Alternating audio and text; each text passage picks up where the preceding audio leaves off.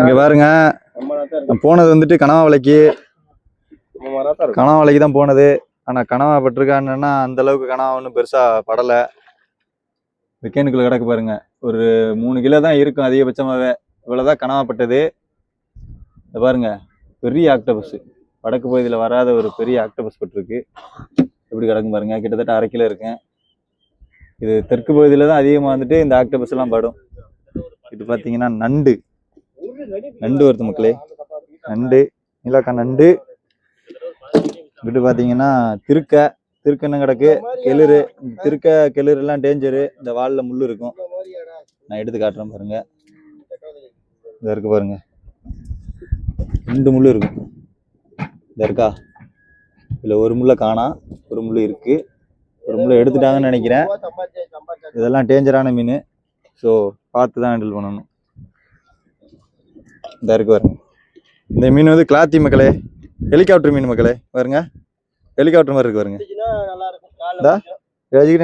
Helicopter மாதிரி நிற்கும் மக்களே. பாருங்க, பறந்து போற மாதிரியே இருக்கா, பயங்கரமா. இதான் மக்களே ஹெலிகாப்டர் மீன், கிளாத்தி மக்களே. இதை உரிச்சு அப்படியே பொரிச்சு சாப்பிட்டீங்கன்னா வேற லெவல்ல இருக்கும் டேஸ்ட்.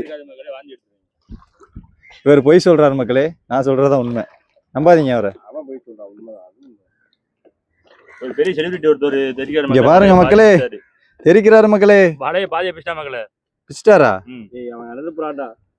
தம்பியா. பாருங்க மக்களே, ஓட்டுக்கணும், இன்னும் 1-2 கிடக்கு போல, தெரிச்சிட்டு இருக்கான் தம்பி. ஓனர் நிக்கிறாரு அங்கிட்டு. மாப்பிள்ள நிக்கிறாரு, உதவி பண்ண வந்திருக்காரு மாப்பிள்ள, தெரிச்சு கொடுக்கறதுக்கு.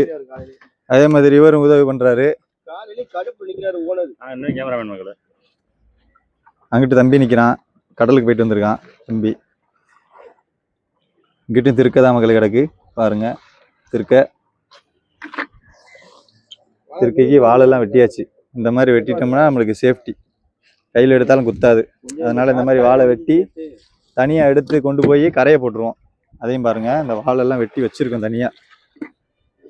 இருக்கு பாருங்க, வாழெல்லாம் வெட்டி தனியா இருக்கா. இந்த வாலில் இருக்கும் பாருங்க முள்ளு, இப்போ எடுத்து காட்டுறேன்.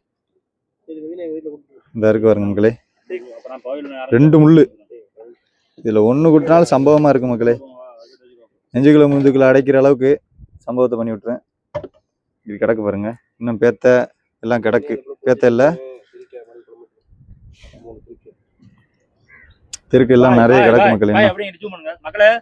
வலையை தெரிக்கிறான்னு சொல்லிட்டு வலைங்கிற பேர்ல எவ்வளவு கண்ணி வச்சிருக்கான்னு நான் காட்டுறேன். வலை மீன் தெரிஞ்ச பிறகு அந்த வலையை காட்டுற மக்களே. இருங்க, வந்து பாரு, எடுத்து பாரு, எங்க பிச்சிருக்கு மக்களே, நான் காட்டுறேன். எங்க பிச்சிருக்கு நொற்று ஆள பாருங்க மக்களே.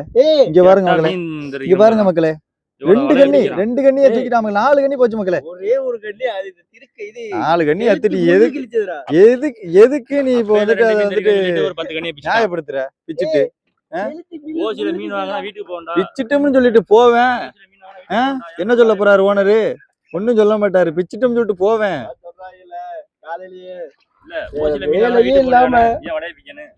ஏன் வலைய பிக்கணும்? மீன் தான் ஓசில வாங்க வந்திருக்கோம். எப்படி நீட்டா நிக்கிறோம்? கத்திடுறா, சும்மா கத்தி எடுக்கவா தம்பி? அந்த கத்தியை கொடு.